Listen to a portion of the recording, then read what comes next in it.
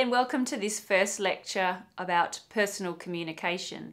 I'm Dr. Jo Jones and I work in the School of Land and Food at the University of Tasmania, and I will be putting together the material for the communication section of this unit.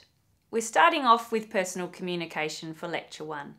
Interpersonal skills are the life skills we use every day when we communicate and interact with other people, both individually and in groups. People who have worked on developing strong interpersonal skills are usually more successful in both their professional and personal lives. Employers often seek to hire staff with strong interpersonal skills. They want people who will work well in a team and be able to communicate effectively with colleagues, customers, and clients. Through awareness of how you interact with others and with practice, you can improve your interpersonal skills. Interpersonal skills include the following. Number 1, communication skills, which in turn include verbal communication, so what we say and how we say it, non-verbal communication, what we communicate without using words. Body language is an example. Listening skills, how we interpret both the verbal and non-verbal messages sent by others. Number 2, teamworking, working with others in groups and teams, both formal and informal. Number 3, negotiation, persuasion, and influencing skills, working with others to find a mutually agreeable or a win-win outcome. Number 4, conflict resolution and mediation, which is working with others to resolve interpersonal conflict and disagreements in a positive way. And finally, number 5, problem solving and decision making, working with others to identify, define, and solve problems, which includes making decisions about the best course of action. For the purpose of this module, we will focus on communication skills. You will recall we've covered some of the other interpersonal skills, such as conflict resolution, in some of the earlier modules of this course. So let's focus on your basic communication skills. First of all, learn to listen. Listening is not the same as hearing. Take time to listen carefully to what others are saying through their verbal and non-verbal communication. Choose your words. Be aware of the words you are using when talking to others. Could you be misunderstood or confuse the issue? Practice clarity and learn to seek feedback to ensure your message has been understood. Encourage others to engage in communication and use appropriate questioning to develop your understanding. Questioning and reflection can help you encourage communication in others and clarify what they have said.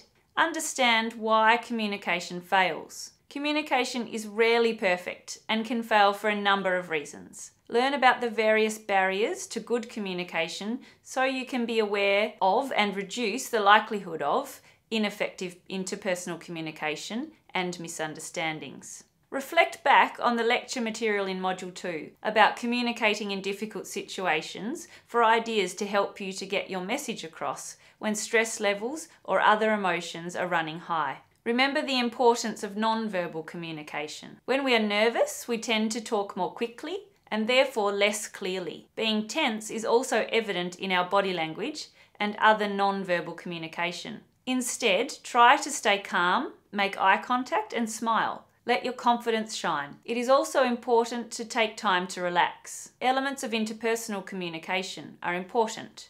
Much research has been done to try to break down interpersonal communication into a number of elements in order that it can be more easily understood. Commonly, these elements include the communicators. For any communication to occur, there must be at least 2 people involved. It is easy to think about communication involving a sender and a receiver of a message. However, the problem with this way of seeing a relationship is that it presents communication as a one-way process, where one person sends the message and the other receives it, while one person is talking and another is listening, for example. In fact, communications are almost always complex, two-way processes with people sending and receiving messages to and from each other simultaneously. In other words, communication is an interactive process. While one person is talking, the other is listening. But while listening, they're also sending feedback in the form of smiles, head nods, and other actions.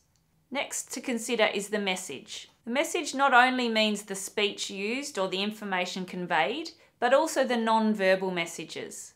Exchange such as facial expressions, tone of voice, gestures, and body language. Non-verbal behaviour can convey additional information about the spoken message. In particular, it can reveal more about emotional attitudes which may underlie the content of speech. The next factor is noise. Noise has a special meaning in communication theory. It refers to anything that distorts the message, so that what is received is different from what is intended by the speaker. Whilst physical noise, for example, background sounds or a low-flying aeroplane, can interfere with communication, other factors are considered to be noise. The use of complicated jargon, for example, inappropriate body language, inattention, disinterest, and cultural differences can be considered noise in the context of interpersonal communication. In other words, any distortions or inconsistencies that occur during an attempt to communicate can be seen as noise. The next factor is feedback. Feedback consists of messages the receiver returns, which allows the sender to know how accurately the message has been received, as well as the receiver's reaction. The receiver may also respond to the unintentional message as well as the intentional message. Types of feedback range from direct verbal statements, for example, "Can you say that again?" or "I don't understand," to subtle facial expressions or changes in posture that might indicate to the sender that the receiver feels uncomfortable with the message. Feedback allows the sender to regulate, adapt, or repeat the message in order to improve communication. The next factor is context. All communication is influenced by the context in which it takes place. However, apart from looking at the situational context of where the interaction takes place, for example, in a room, office, or perhaps outdoors, the social context also needs to be considered. For example, the roles, responsibilities, and relative status of the participants. The emotional climate and participants' expectations of the interaction will also affect the communication. Channel is the next factor. The channel refers to the physical means by which the message is transferred from one person to another. In a face-to-face context, the channels which are used are speech and vision. However, during a telephone conversation, the channel is limited to speech alone. Thank you for listening to this lecture.